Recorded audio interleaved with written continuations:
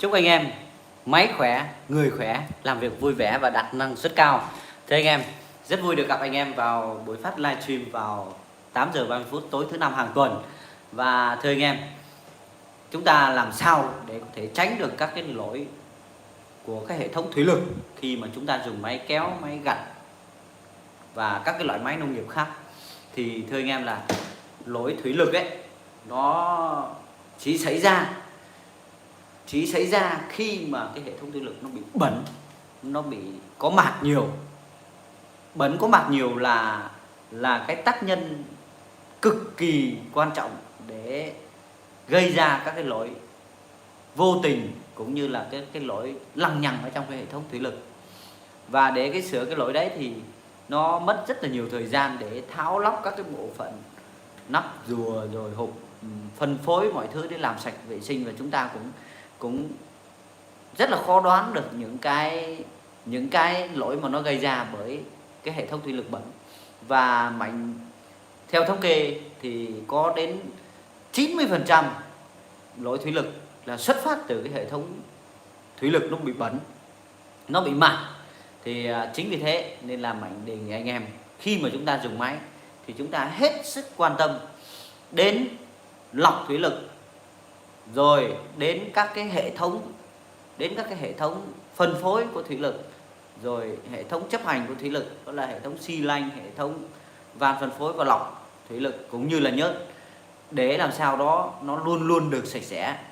Và khi mà chúng ta thay nhớt, đặc biệt khi chúng ta thay nhớt thì chúng ta hết sức lưu ý là nhớt và lọc là hai cái thứ cũng tất nhiên là không cần phải nói, anh em biết là rất quan trọng, nhưng mà thay nhớt và thay lọc là hết sức cẩn thận. Đặc biệt anh em lúc mà chúng ta tháo lọc ra, chúng ta thường hay không để ý để cái mạt ở miệng lọc ấy nó chui vào trong cái đường rửa của cái ống, thì nó rất là nguy hiểm, nó sẽ đẩy cái mạt vào trong cái hệ thống van thì rất dễ bị tắc van. Chính vì thế chúng ta không xúc lọc các cái lọc giấy là chúng ta không thể xúc được, các cái lọc đặc ấy là không nên xúc. Rồi chúng ta vệ sinh các cái hệ thống bên ngoài của cái miệng lọc, của cái miệng cổ bắt lọc là phải sạch sẽ. Và đặc biệt là chúng ta nếu vô tình mà chúng ta cần phải tháo xi lanh, rồi chúng ta tháo dây tiêu, thay dây tiêu, thì anh em hết sức lưu ý cho Mạnh là tháo lắp hoặc là tháo lắp van thì sạch là yêu cầu đầu tiên của thủy lực. Sạch và rửa dầu diesel, rửa các cái dung dịch vệ sinh thì sạch là đầu tiên. Làm gì thì làm sạch là đầu tiên, xịt khí được thì càng tốt. Đó, chính vì thế nên là đầu video Mạnh dành vài phút để cảnh báo anh em cũng như là thông tin cho anh em cách phòng tránh là chúng ta dùng nhớt rồi chúng ta ép tải làm sao đó, cũng như là lấy các cái hoạt động các cái hệ thống xi lanh trong cái công việc của chúng ta làm sao để cho nó không sinh ra mạt. Và nếu như mà chúng ta thấy nó bị lỗi, bị hỏng thì chúng ta ngay lập tức chúng ta phải thay lọc, ít nhất là thay lọc, và thay lọc phải cẩn thận vệ sinh những cái miệng bắt lọc để cho nó không có mạt ở bên trong. Và chúc cho anh em làm sao đó dùng các cái hệ thống thủy lực rất là an toàn và rất sạch sẽ để hệ thống nó chạy được ngon lành ngọt ngào hơn. Và thưa anh em là đây là mặt bích để lấy nhớt thủy lực trong cái hộp rùa của máy kéo Kubota để lắp cho ben ủi này, lắp cho xi lanh nghiêng này. Và anh em thấy không, những cái mặt bích này KTM làm rất là tinh vi cũng như là sạch sẽ. Đây này, đó, rất là tiêu chuẩn luôn, từ chiều dày cho đến này các cái bề mặt, rồi các cái vị trí lắp gioăng đấy, rất là nét, để cho anh em khi mà lắp những cái mặt bích này vào trong máy để lấy nhớt cho các hệ thống thủy lực thì hoàn toàn yên tâm là nó sẽ sạch sẽ và nó rất là quy chuẩn, không có hàn xì cái gì ở trên đấy hết nhá, không có hàn xì gì hết đấy, tất cả đều là gen và nguyên bản thế này. Thì anh em có thể đặt hàng trên website kỹ thuật máy.vn cho tất cả các loại máy kéo Kubota đời mới. Cái mặt bích cùng với hai cái co cốt này và phí vận chuyển là chỉ có 390.000 thôi, 390.000 để anh em có thể lắp được cái mặt bích để lấy nhớt cho cái van thủy lực, để lắp xi lanh, lắp ben. Đây, mặt bích để lấy nhớt cho cái van thủy lực này đây để lắp xi lanh cho ben ủi, ben nghiêng. Và thưa anh em, ngoài những cái loại sản phẩm xi lanh rồi còn những cái này là những cái tiện ích thôi mà Mạnh đã rất là dày công để làm và nghiên cứu, cũng như là cung cấp đến anh em những cái đây sản phẩm đồng hồ đo nhiệt. Nhiệt là cái thứ mà Mạnh nhắc đi nhắc lại anh em là luôn luôn là phải chú ý, không thể là không chú ý cái nhiệt được. Nhiệt là đầu mối quan trọng nhất của tất cả cái sự hỏng hóc của máy, nên là chúng ta cần phải khống chế được nhiệt. Và ngoài ra thì hộp cầu chì, sơ cua và rất nhiều các cái sản phẩm khác đều có trên cái website kỹ thuật máy.vn. Anh em có thể vào để đặt hàng nếu cần. Và quay lại cái câu chuyện ngày hôm nay thì rất cảm ơn anh em và xin chào Đinh Công Thao, xin chào CV Thắng, xin chào Võ Duy Hà, xin chào Lộc Điền, xin chào Nguyễn Minh Huy. Chào mọi người, chúc buổi tối tốt lành nhé anh Mạnh và cả nhà. Cảm ơn thay mặt cả nhà cảm ơn Minh Huy rất là nhiều nha. Xin chào Đạt Võ Tuấn. Theo anh Mạnh thì Kubota DC93 nó là một thế hệ mới mà lại mang một dàn chân kém hơn dòng DC70 trước đó. Anh có thể chia sẻ sâu về nó không? DC93 thật ra nó cũng không phải là một thế hệ mới, mà thưa với anh em là tất cả các cái máy gặt nói là mới thì Mạnh cho là không phải là mới. Tất cả máy gặt, máy kéo của tất cả các cái hãng sản xuất lớn như là Kubota này, Yanmar này, John Deere này, rồi Iseki, rồi Zeto, rồi Mersey, rồi nói chung là tất tần tật những cái hãng sản xuất máy và những cái máy đưa về Việt Nam không có gì là mới. Đó là những model mà Mạnh cho nó là những model thông dụng rồi thông thường, gọi là model thông thường thôi, chứ còn mới, công nghệ mới nó đã lên đến mức đỉnh cao rồi. Và thôi nói cái câu chuyện đấy, tất nhiên là cũ của người thì mới ta rồi, nhưng mà bạn nói là một thế hệ mới, coi như là mới đi, mà mang một dàn chân kém hơn dòng DC70 trước đó. Thì thưa với bạn là đối với Kubota DC93 thì nó là loại máy mà có động cơ V38 và hệ thống hộp số dàn chân. Thì đối với dàn chân thì vẫn giữ cái phong cách của DC70, nhưng mà cái khung gầm thì nó lại mang một cái hơi hướng khác. Cái khung gầm ấy, nó mang cái hơi hướng khác và xích nữa. Chính vì thế nên là nó bị lỗi, lúc đầu ra nó có một chút vấn đề về xích, về khung gầm là nó hơi bị kém.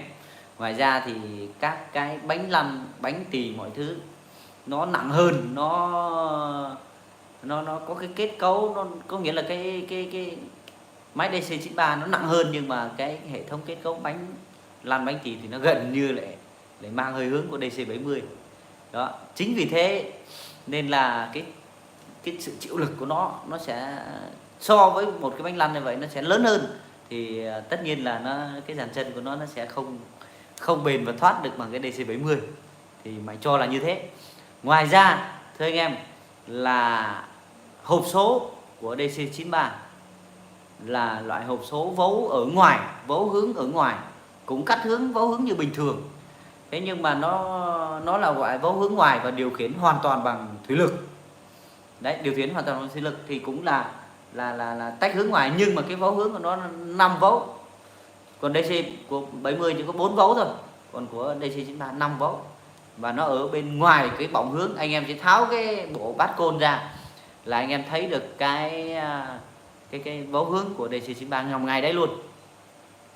Thì nó đối với hộp số thì Mạnh đánh giá nó là một loại mới hơn và một loại nâng cấp hơn của DC70.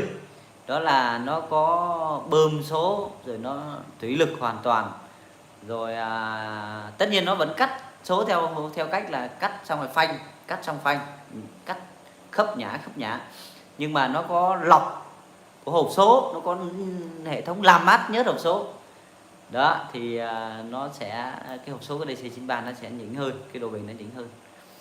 Rồi còn đối với dàn chân như bạn nói thì Mạnh cho là các cái thông số của nó thì nó cũng không nhỉnh hơn DC70 là bao nhiêu, nên là nó mà cái trọng lượng của DC93 nó mạnh hơn, chạy nó hung hăng hơn, nên là kiểu gì thì kiểu nó nó nó, nó cũng sẽ không bền chắc cái dàn chân bằng DC70 được, vì DC70 nó nhẹ hơn và nó chạy không hung hăng bằng DC93. Đó là lý do là như vậy. Thì chính vì thế nên anh em cần phải chú ý cái dàn chân của DC93 hơn khi mà chúng ta mua, hoặc là về sử dụng cái máy DC93 thì rất chú ý cái dàn chân hơn. Rồi xin chào Nông Thắng. Anh ơi, xe mà 52 HP nâng hạ 1 tấn liên tục có ổn không? 52 HP nâng hạ 1 tấn liên tục.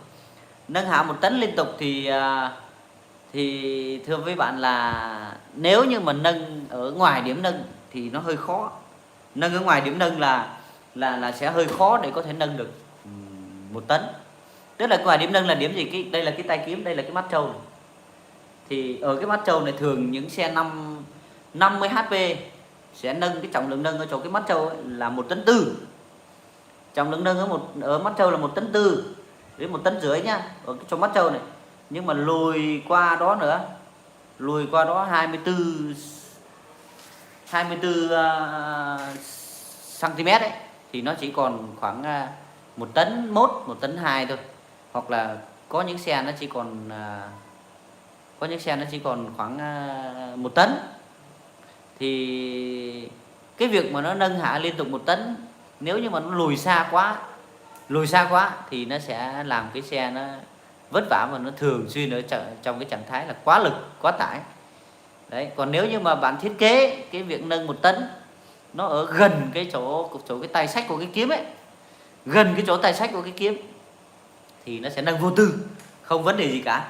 Đấy, mình nói thế để cho bạn biết là cái vị trí bạn nên chế, cũng như là bạn nên thu cái trọng tâm của cái nông cụ hoặc cái điểm nâng lại. Đừng có vươn ra đường sau nhiều quá, vì là 1 tấn nếu vươn ra đường sau quá xa, ví dụ 6, 7, 80, có người vươn ra xa khoảng 6, 7, 80 cm thì nó hơi nặng, nó hơi bị ra xa rồi nó nâng nó toàn tải thì nó sẽ nóng cái hộp số thủy lực rất là nhanh bạn nhé.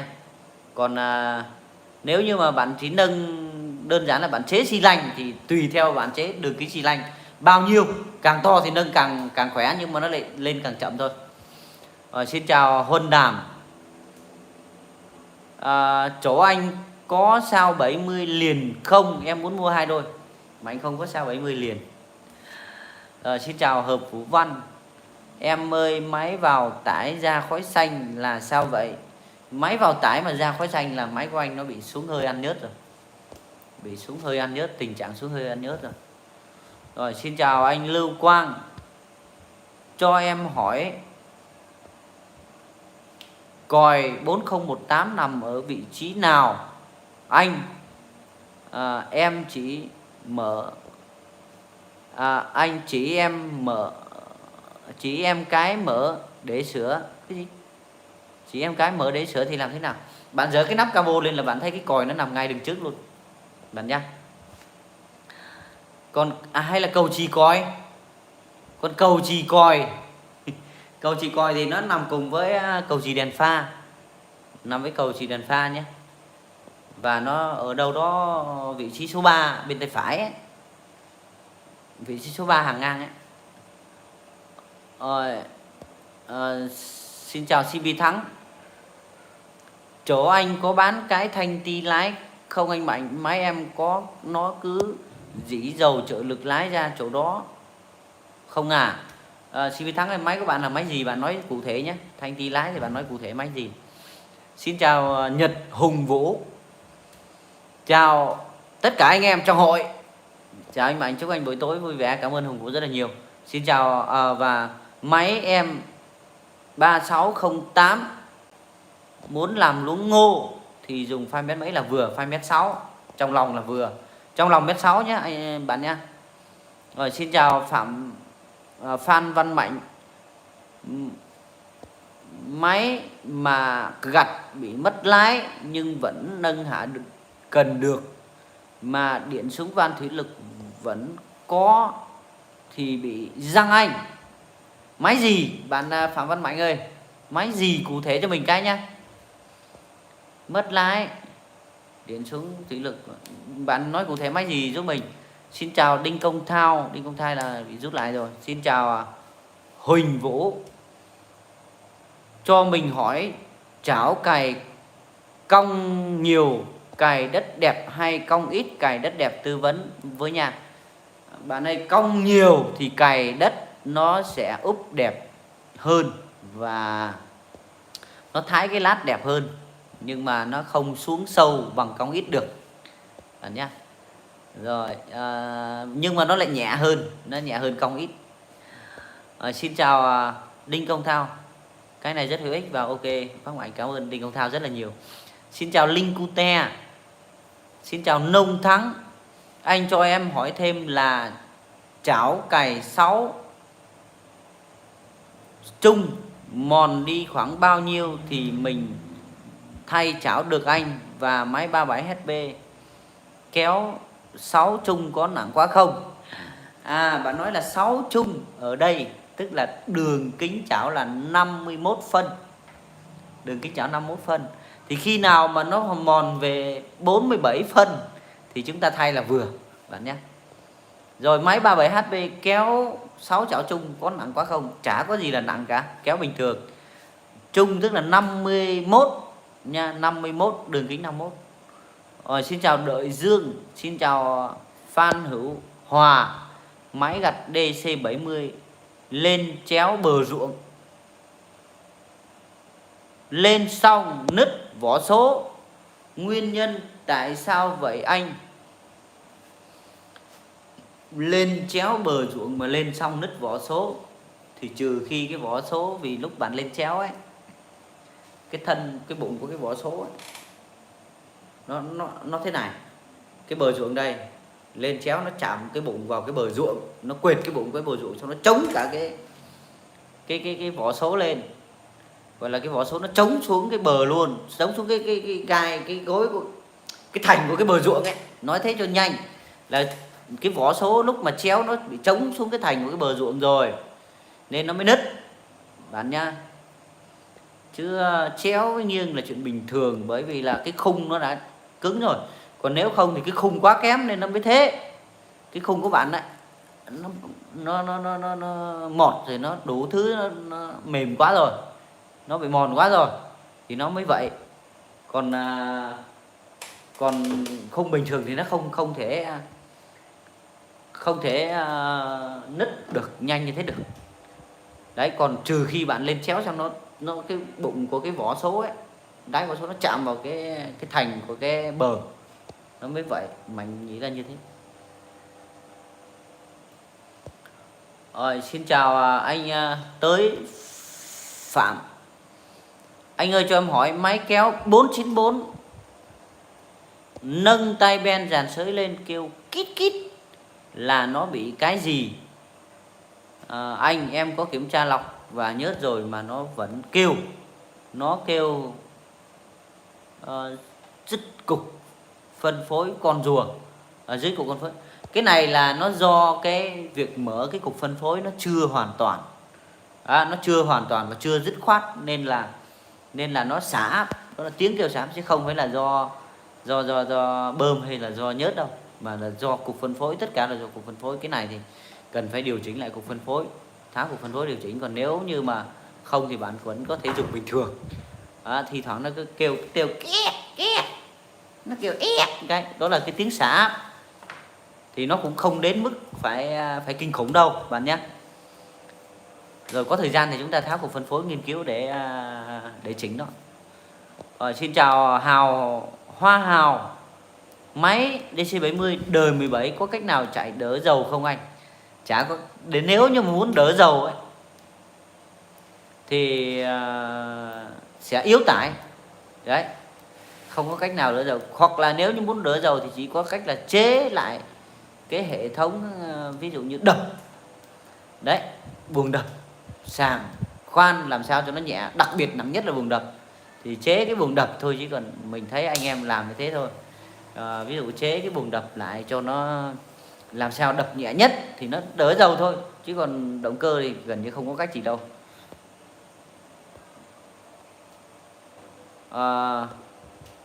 Rồi, xin chào Đinh Công Thao, cho em hỏi máy DC70 khi gặt lùi máy nó bị tụt vòng tua có ảnh hưởng gì không ạ? Lùi máy mà tụt vòng tua nghe thì cũng hơi lạ, nhưng mà thật ra là lúc lùi máy thì cái bơm HT nó rất là nặng, vì cái bơm HT nó không còn xả áp nữa, tốc độ lùi nó sẽ nhanh và lực lùi nó sẽ nhanh đó. Thì mà anh nghĩ là nó cũng chưa vấn đề, gặt tiến lên nó tụt thì nó mới khó chịu, chứ còn lùi tụt thì mà anh nghĩ nó không đến mức có vấn đề đâu. Lùi tụt thì thường nó do cái HT thôi, nó HT lúc đó nó nặng mà nó đang còn tốt thì nó mới ghi lại được cái động cơ, thì làm cho động cơ nó tụt bạn nhá.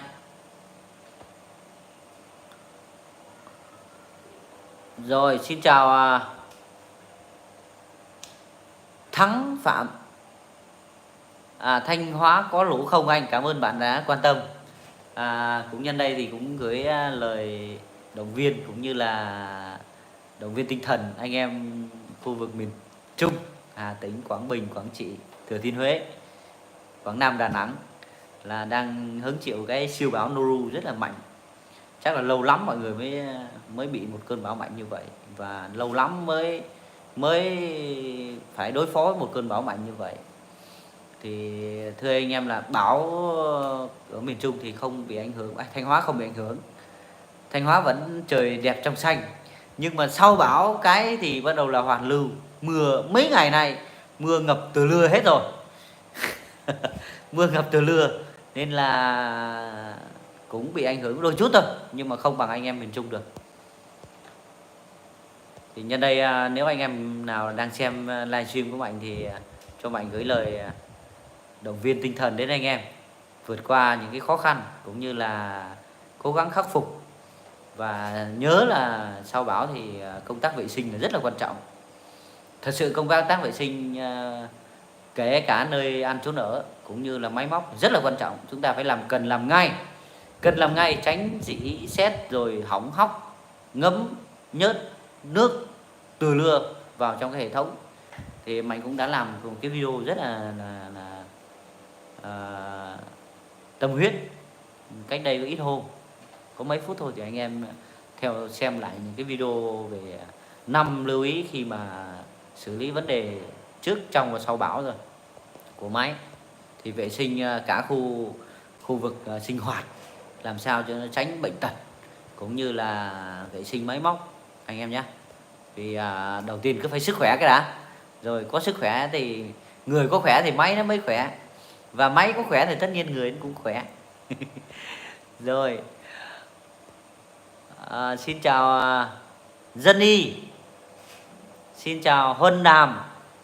Anh cho em hỏi, nghe nói máy 70 Bluetooth chạy nhanh hơn 70 Thái có phải không? Anh em cảm ơn. Không có chuyện đấy, không có, vẫn như nhau thôi bạn nhé.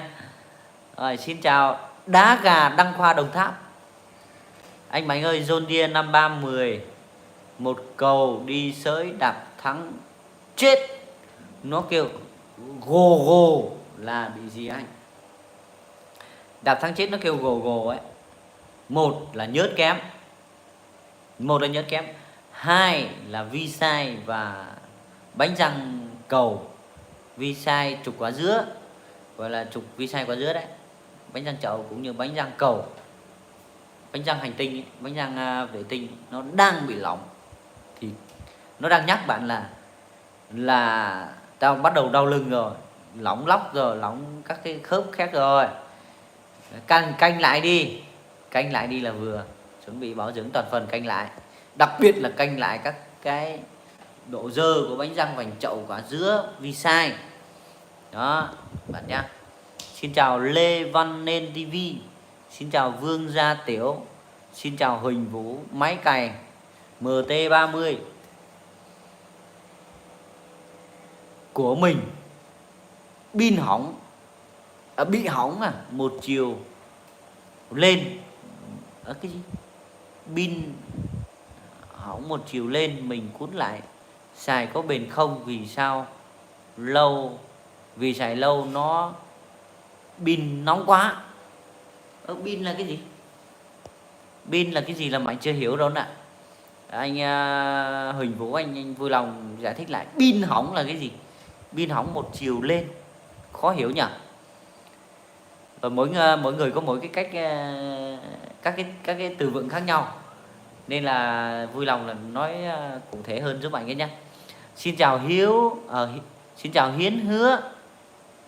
Máy DC của mình hay bị cháy cầu chì đèn là nguyên nhân gì vậy? Cháy cầu chì đèn đấy.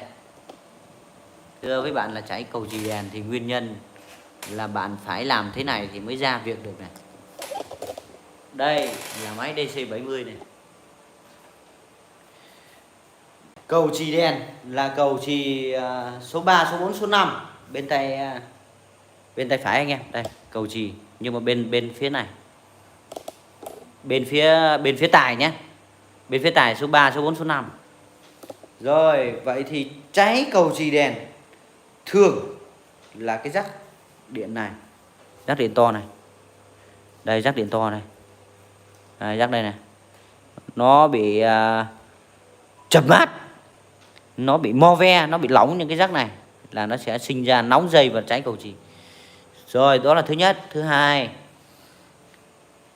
hai là các cái đèn, bóng đèn nó sinh ra cái nhiệt quá cao do là tiếp xúc không tốt, cũng như là cái bóng mà anh em chế vào cái công suất nó cao quá.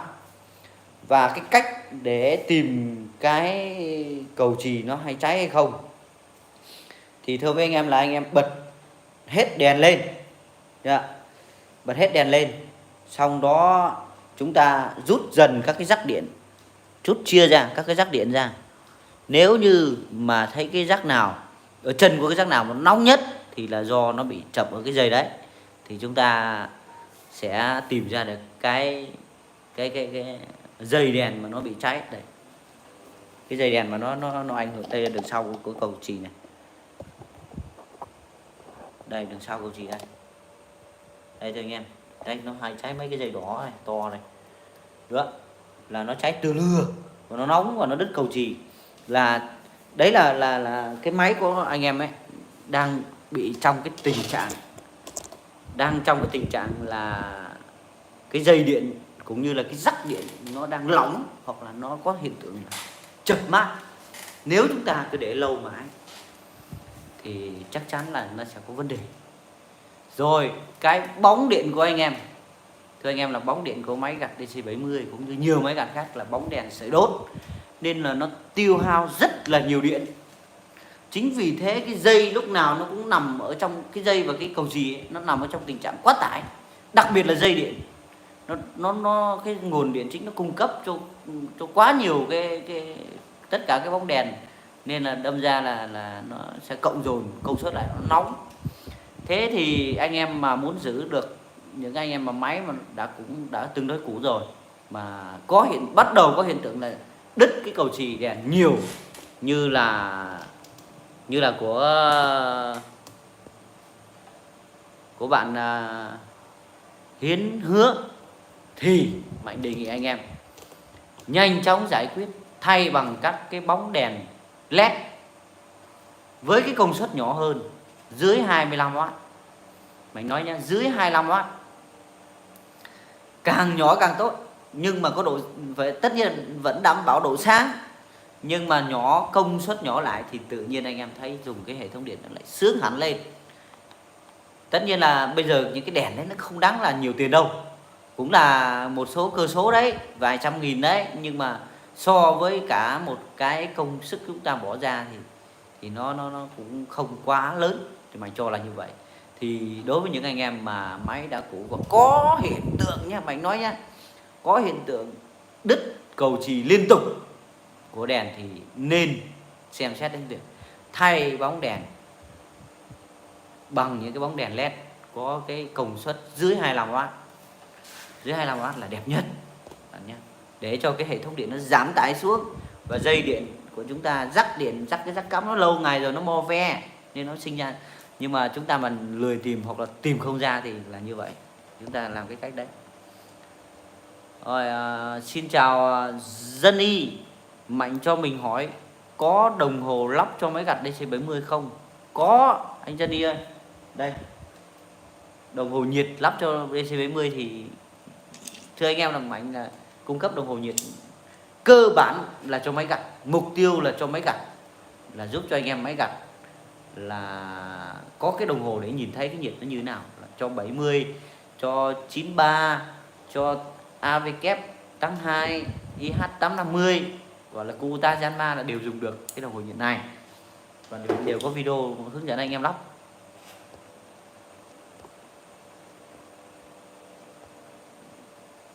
Rồi, xin chào Ngọc Phan. Em thay nhông 3 tầng mà vẫn bị nhảy số 2. Anh cho hỏi nguyên nhân của nó là gì? Máy DC70. Cái chuyện nhảy số của máy DC70 thì nó xảy ra rất là nhiều, và điều cơ bản là cũng là do anh em thay không hết. Thay không hết các thứ. Thay nhông thì lại không thay được trục, trục kém nó không thay trục. Trục kém rồi lại bi lại có vấn đề, hoặc đầu trục có vấn đề cũng không biết để thay. Rồi trục rồi bi rồi lại càng cua bị mòn quá cũng không biết để thay. Càng cua rồi ok rồi lại trục càng cua nó lỏng, hoặc là cái lò xo cũng như viên bi của cái càng cua nó kém. Thì đó là những cái nguyên nhân mà gây ra nhảy số, và cụ thể như thế nào thì anh em phải căn cứ vào những cái nguyên nhân đấy để xem xét và tìm hiểu và quyết định ở trên cái máy của mình. Chứ còn Mạnh nói chung chung thì nó chỉ là một phần thôi, nó chưa chính xác với cái máy của anh em được.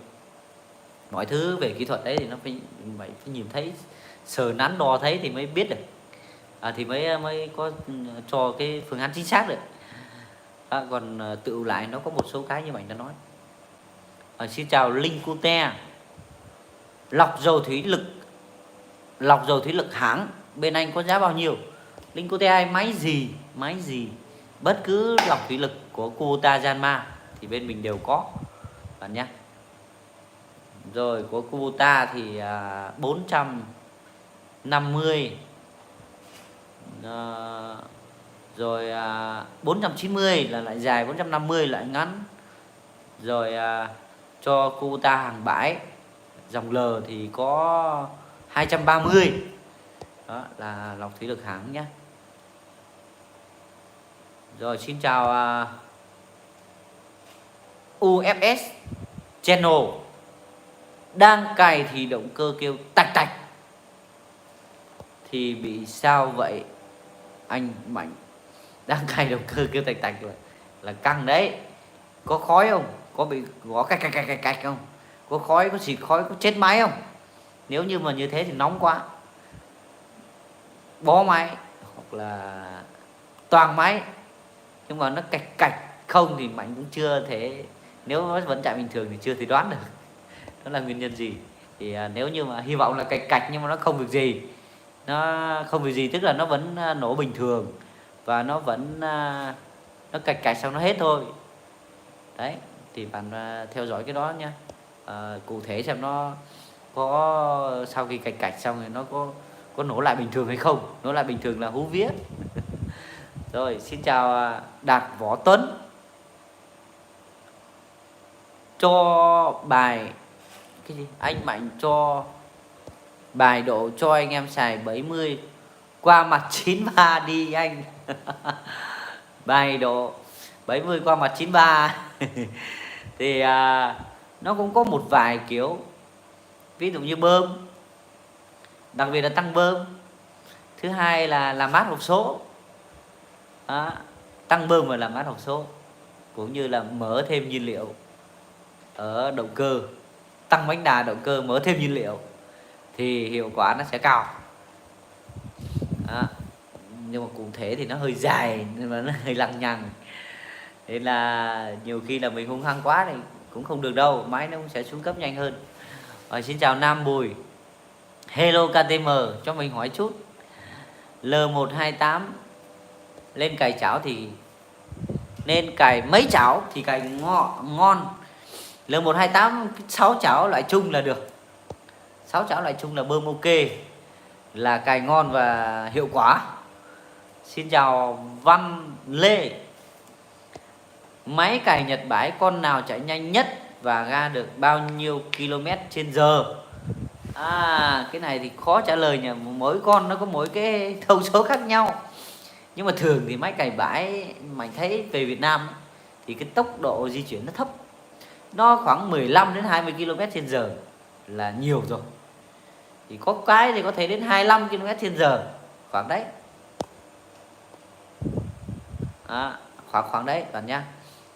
Nhưng mà cụ thể là dòng nào số nào thì nó tùy nó tùy vào số, nhưng mà chắc khoảng được 25 km/h là tối đa. Xin chào Xuân Trường Hồ.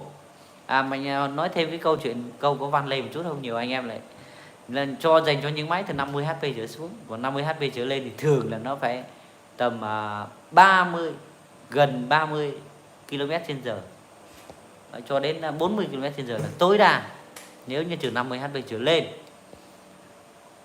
Rồi Xuân Trường Hồ, anh Mạnh 351 cá phay giá bao nhiêu? 351 bây giờ nó cũng hình như có chính sách là bán cùng với phay đấy.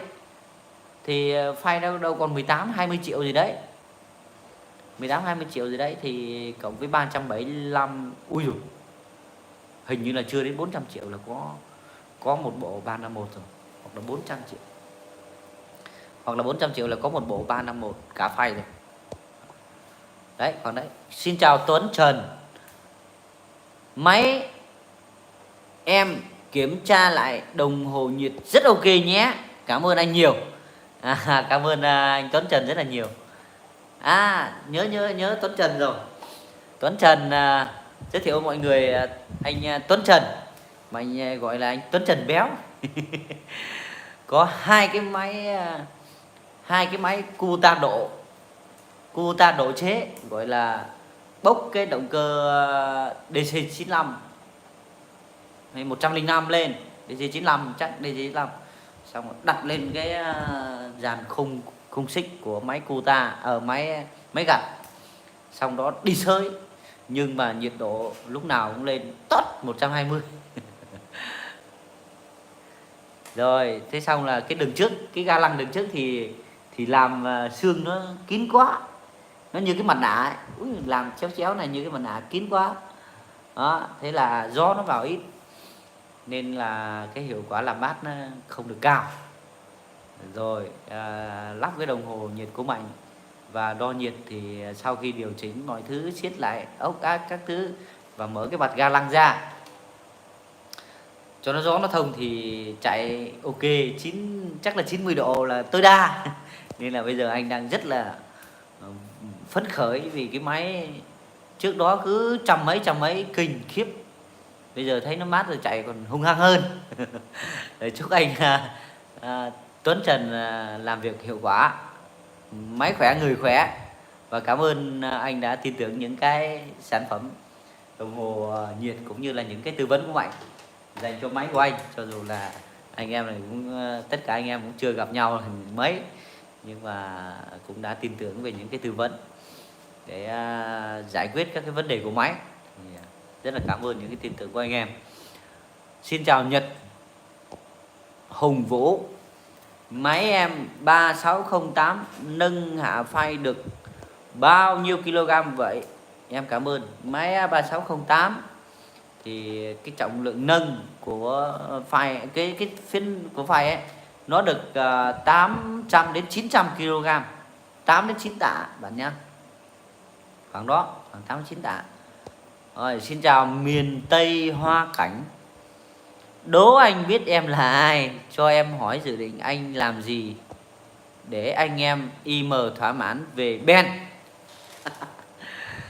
Mình biết thừa Hoa Cảnh, đổi ngay điền miền Tây thành miền Tây Hoa Cảnh, đúng không ạ?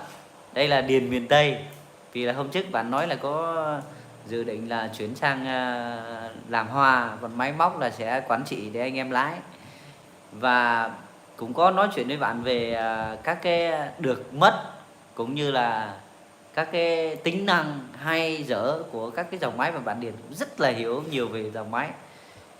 Có những người anh em làm máy mà hiểu biết như vậy là rất là tuyệt vời. Và mình cũng có một cái dự định là mình cũng có một cái dự tính là sẽ nghiên cứu để chỉ cho anh em dùng IM3 khắc phục một cái lỗi, đó là nâng thủy lực chậm, tốc độ nâng thủy lực chậm. Cho dù nhé, mà anh nói nhé, cho dù nhé, cái bơm thủy lực của máy IM3 có cái lưu lượng to hơn, lớn hơn nhiều so với các cái dòng máy khác, ví dụ như lớn hơn nhiều so với 5018, nhưng mà nó nâng vẫn chậm. Tất nhiên nó nâng khỏe hơn, nó được những 1,4 tấn cơ, như IM3 nó được 1,4 tấn cơ, nhưng mà nó nâng chậm. Đó. Thì thưa với bạn là nó ở chỗ cái tay vặn này nó có một cái lỗ gọi là lỗ tiết lưu, tiết chế cái lưu lượng lại, làm nhỏ đi để cho cái lưu lượng nó qua đấy ít thôi để nâng chậm.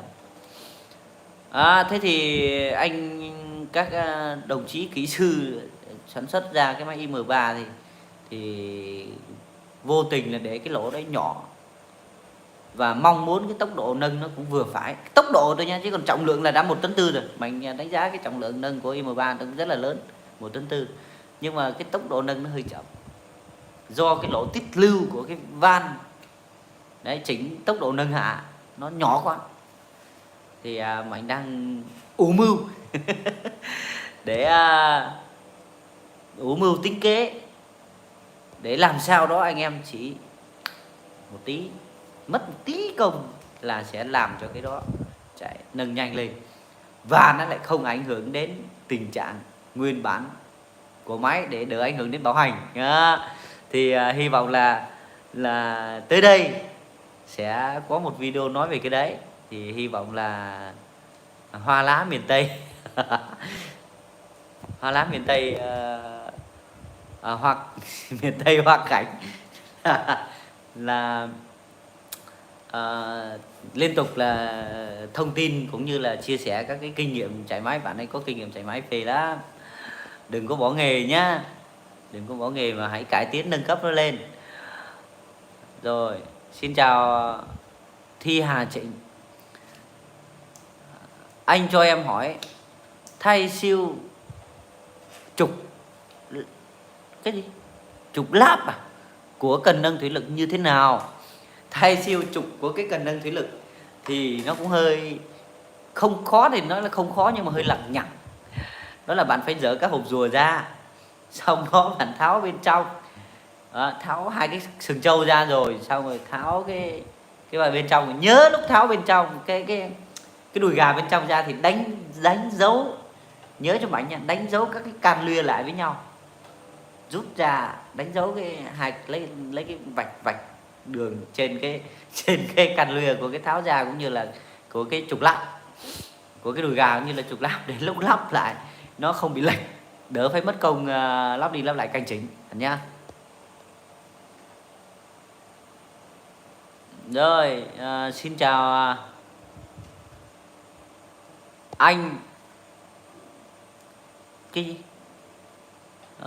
Thuyết Tạ Thị Quỳnh, Tạ Thị Quỳnh Anh, chắc là nick của bạn gái rồi. Xin chào anh, hướng dẫn chạy máy cày số nhất cho bền không anh? Chạy máy cày số nhất cho bền mình cũng đã nói trên một vài video. Khi mà chạy máy cày số nhất ấy thì không cần phải suy nghĩ nhiều về các cái thao tác, vô tư đi. Bởi vì cái số nhất nó người ta phát minh ra cái số nhất, hoặc người ta chế tạo cái số nhất để cho những người thích lái một cách vô tư lái, và nhiều người vô tư khác nhau để lái. Tất nhiên là nó cũng phải có bài bản, nó cũng phải côn số các thứ, nhưng mà nó nhẹ nhàng và nó chính xác, cũng như nó không phụ thuộc vào người lái nhiều.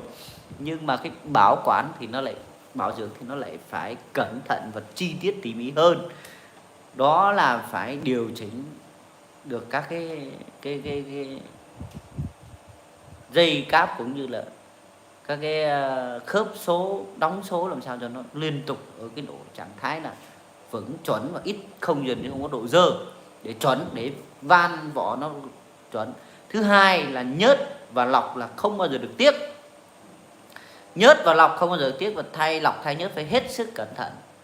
Đấy, đặc biệt là lúc thay lọc, nhiều anh em thay lọc rất là vội vàng và Mạnh cho là ẩu. Đó là tháo cái lọc ra xong rồi trong cái cổ lọc, cái miệng nó đang còn bẩn lắm, vẫn cứ thế không lau chùi không gì, vặn cái lọc mới vào, thế là mạt nó chui vào bên trong là toang luôn.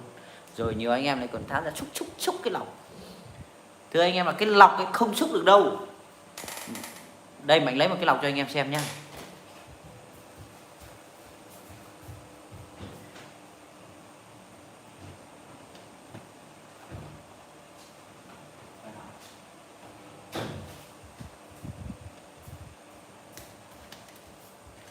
Đây thưa anh em, thường là bây giờ chúng ta dùng cái lọc này rồi, dùng cái lọc như thế này. Nguyên lý của cái lọc đơn giản này.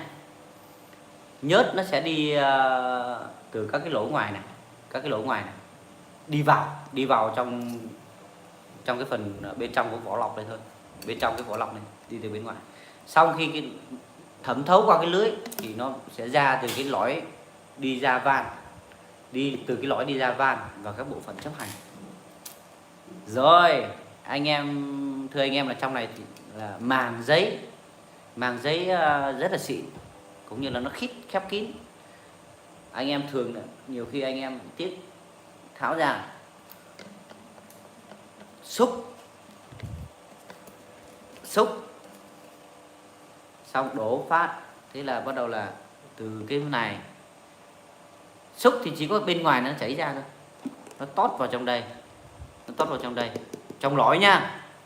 Thế là nó vặn vào là bao nhiêu là cái thứ trong lõi này nó tuôn ra vào van, thế là kẹt chạy một lúc đầu có khi chơi vì gì đâu, nâng hạ vài cái là dính chưởng luôn, hoặc là chạy vài ngày nó nằm đâu đấy trong lang thang trong cái bộ đấy, thế nó hút vào hực một cái, thế là thôi. Thì nhá, càng cái số nhớt càng phải quan tâm cái đấy. Chứ còn Mạnh luôn cho rằng là cái số nhớt ấy nó là cái số hiện đại, và nó không quá phụ thuộc vào người lái, để cho mọi người lái nó nhàn hơn và máy móc chạy ổn định hơn. Mạnh cho rằng là Mạnh đã đánh giá cao cái số nhớt chứ không phải là thấp đâu.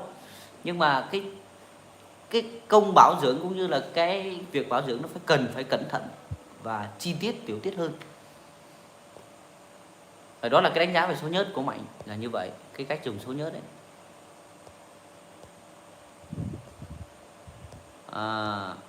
Lại trôi đi đâu mất rồi. Đấy rồi, xin chào miền Tây Hoa Cảnh. Ghim câu em cái nào, ghim như thế nào nhỉ? Mạnh từ nhỏ giờ chưa, khi phát trực tiếp đến bây giờ chưa biết ghim là thế nào. Xem nào. Không có ghim đâu, ở cái đây không có ghim nào, chỉ có điền này không có, chỉ có là báo cáo vi phạm này, xóa này cái gì, hết thời gian ẩn này, phê duyệt này. Chỉ có thế thôi, không có ghim, không giống như là Facebook đâu.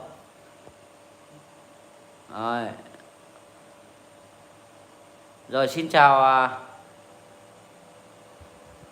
Đây còn một câu nữa của bạn Thi Hà Trịnh. Mạnh xin lỗi là anh cho em hỏi thay đúng rồi, mình đã trả lời rồi.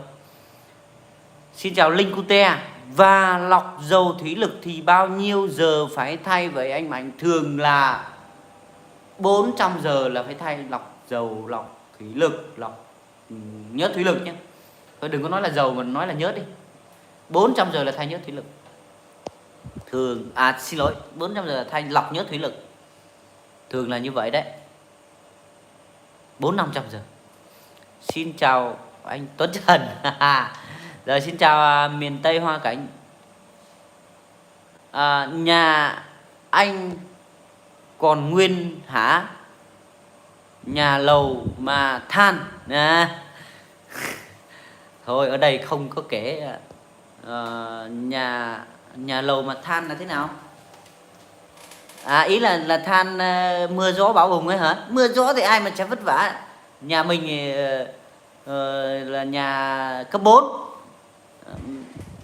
không có không có ngồi ở trên nhà lầu nên là đây này. Đây này, trần này, trần đây, còn trần thấy cao đây thì lầu ở đâu? Mà đâu có cần thiết với nhà lầu làm cái gì. Nhà lầu mà mưa gió nó ngập, nó vẫn ngập, toang này vẫn toang như thường, có khi còn toang nặng hơn. Đó.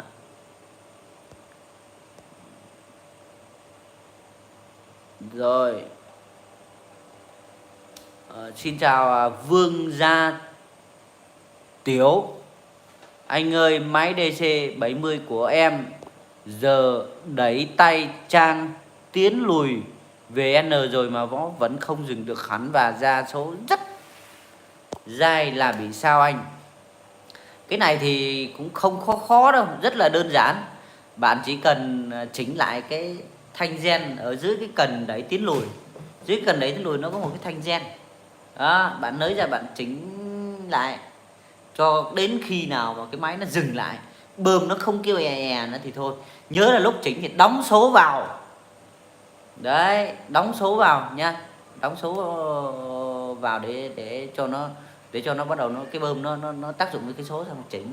Một là nó sẽ đi nhanh hơn, nó sẽ lướt nhanh hơn tí, hai là nó sẽ chậm lại, thế là chỉnh đến lúc nó khóa lại là xong. Thì nhớ để ở cái chỗ rộng mà chỉnh, chứ không là lúc mà đang chỉnh mà hí hoái chỉnh nó đâm đổ vào tường nên là mình không chịu cho bạn đâu. Mình có một cái video nói rất rõ việc đấy rồi nha.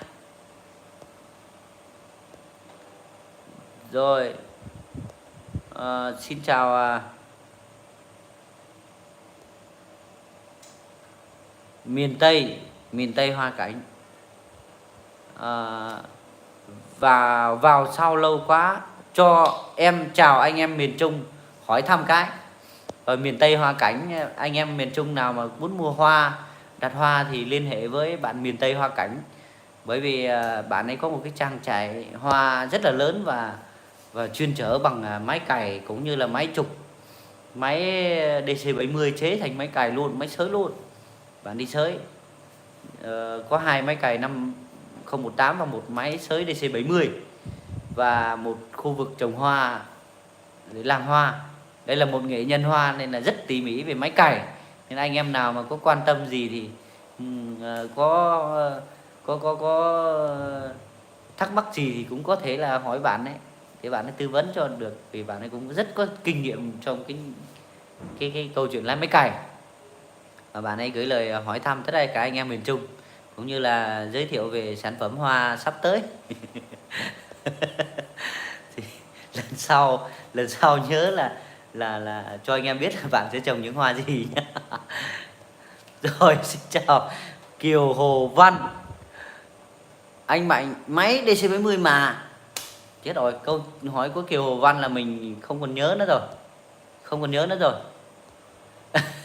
Thì Kiều Hồ Văn ơi, Zalo của Mạnh là 0904987558, và đó cũng là các cái số điện thoại và số Facebook, Messenger các thứ. 0904987558 hoặc là 0398490986. Thường là 0398490986 là số để cho anh em gọi. Thì nếu cần thì cứ Zalo, nhắn tin Zalo cho mình không có chặn một ai cả.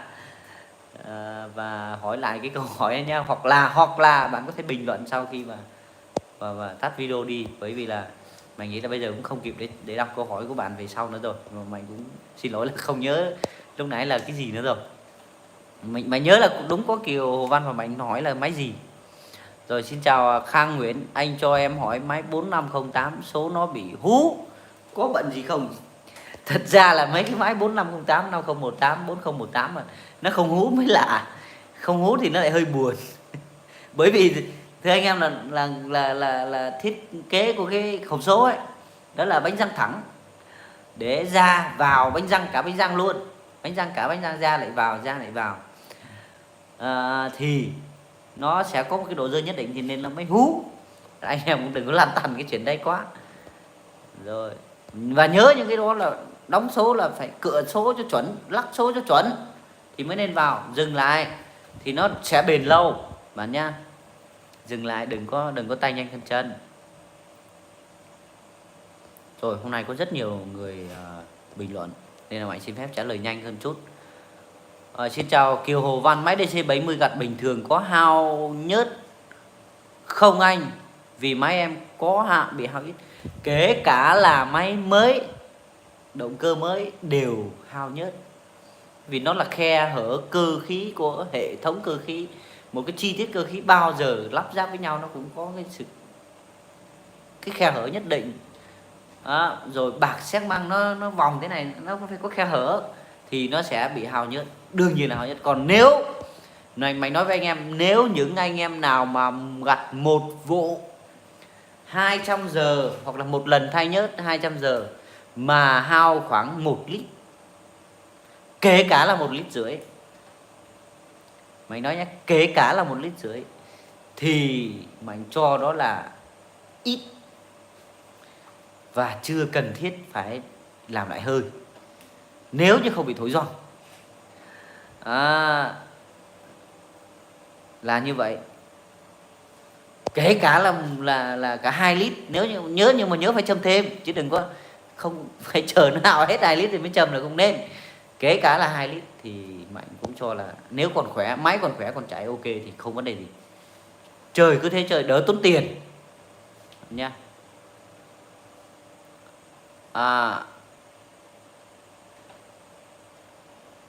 Kha Nguyễn Kiều Văn, Võ Duy Hà, anh Võ Duy Hà, chú Mạnh cho anh hỏi máy gặt DC70 lắp thêm đèn câu vào một cái bóng bất kỳ có ảnh hưởng gì tới không? Mạnh đề nghị là không nên câu vào bóng, bởi vì cái hệ thống đèn của 70 nó đang quá tải rồi, nó đang tới tải rồi, nó tới số rồi nên là câu vào bóng là một điều mà Mạnh thấy hơi bị nguy hiểm.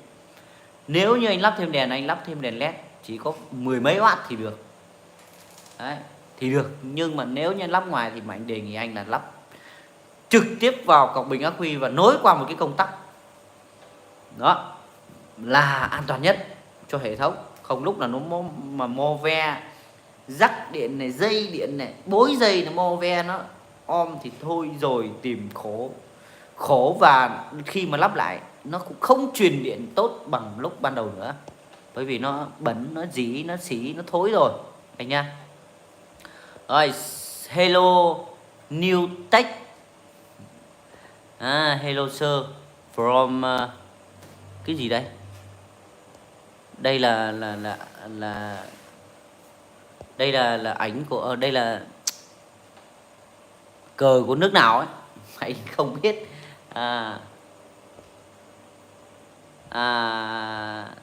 I don't understand your language. Bạn ấy nói là bạn ấy không hiểu cái tiếng của anh em ta không hiểu tiếng của mình. Thì thank you New Tech. I am Vietnamese and I don't speak English. Thank you for watching and good night. Đấy, Mạnh cũng chơi được vài câu tiếng Anh nhưng mà không biết là bạn ấy có hiểu không. Rồi, xin được vui vẻ một tí. Cảm ơn một bạn ở nước ngoài, và bạn ấy có cái ảnh của nước nào thì Mạnh cũng chưa nhận ra. Xin chào Tâm Tí, anh cho em hỏi máy cày Janma 20 cứ nóng máy lên và tải nặng là đứng im không chạy.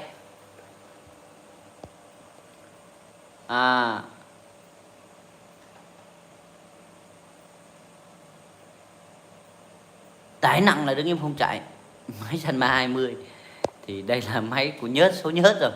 Thì cái này của bạn là nó bị mất áp suất nhớt khi mà nóng máy, mất áp suất nhớt, nhưng mà Mạnh cho là không phải là do côn, không phải là do cái lát côn mòn, mà là do áp suất nhớt của hệ thống thủy lực đang có vấn đề, nó không đủ, nó bị nghẹt van.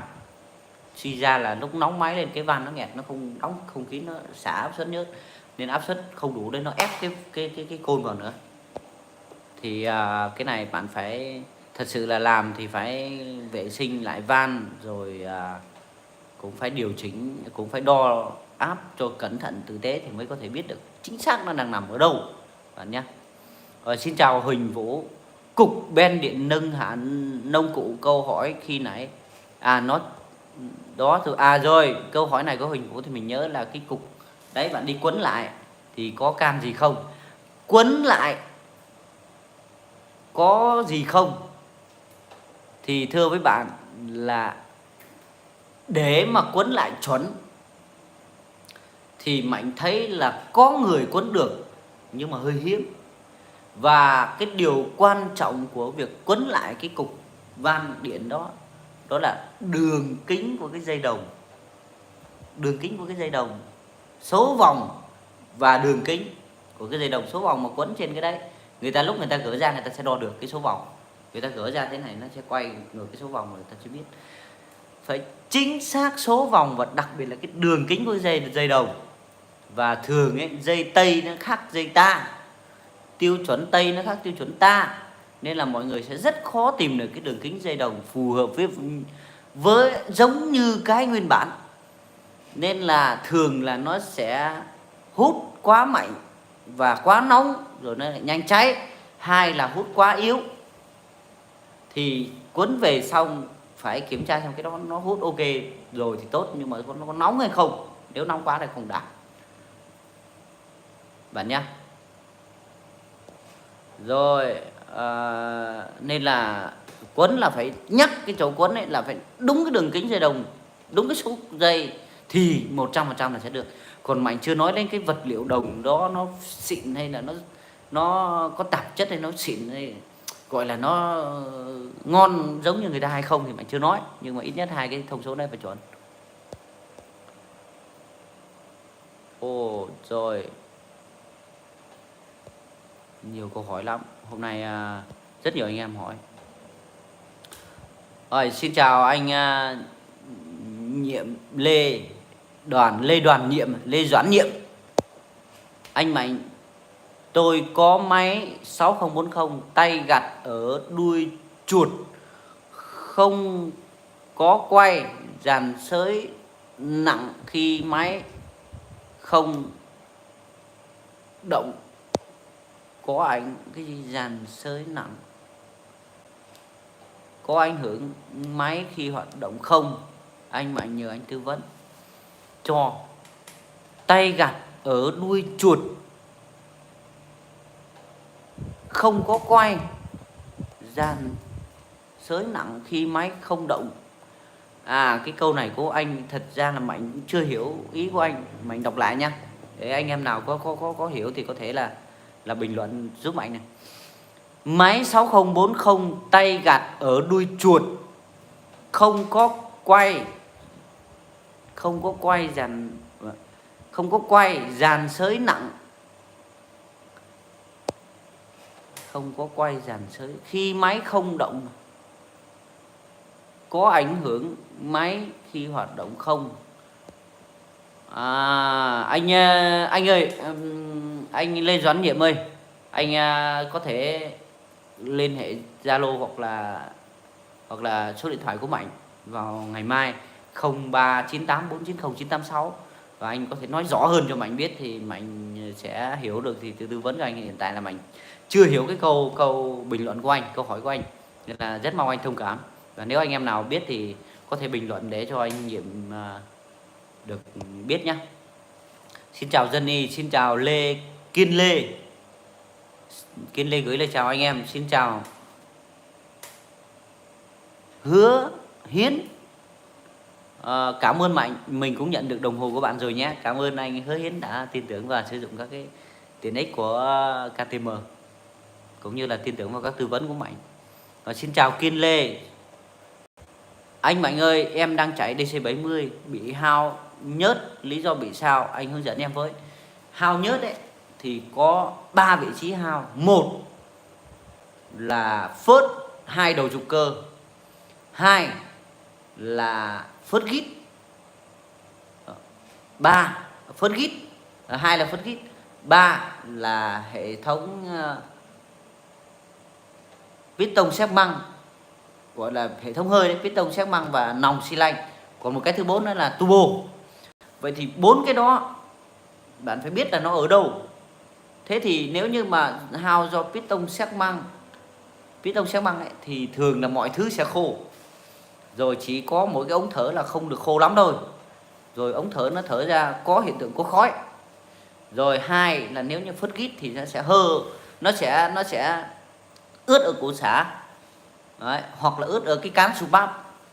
Ba là hở phớt thì nhìn thấy luôn.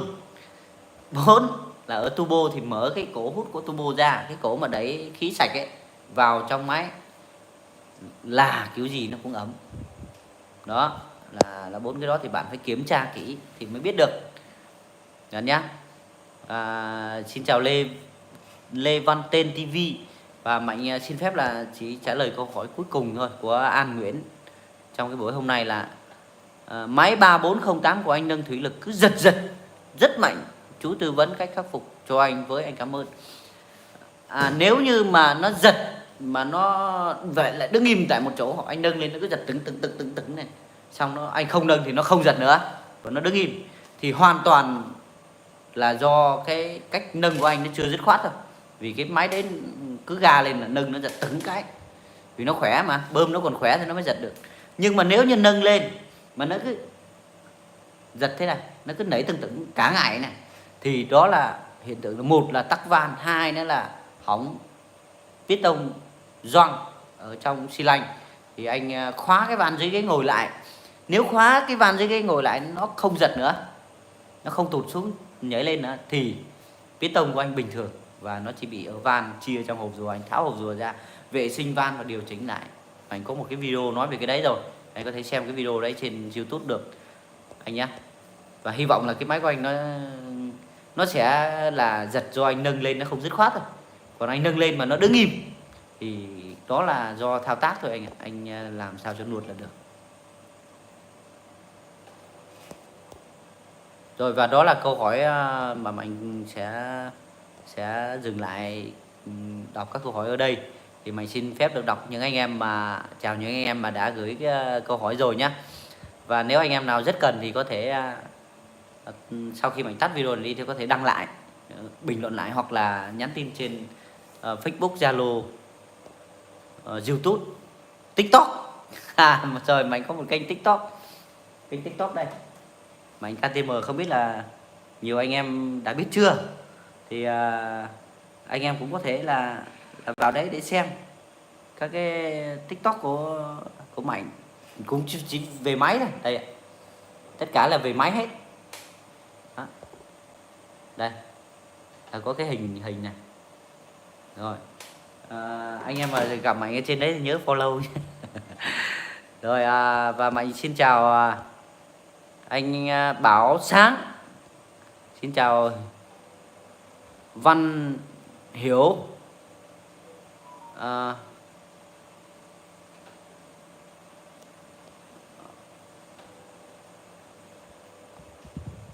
Văn Hiếu Văn Hiếu cho hỏi anh Mạnh máy của tao nó 508 gắn trục bô cho nó mạnh. Thôi anh ơi, không cần phải gắn đâu, đừng có gắn trục bô nó có nhiều vấn đề lý do lắm thì nó mới mạnh được, chứ không phải gắn không nó mà không mạnh được đâu.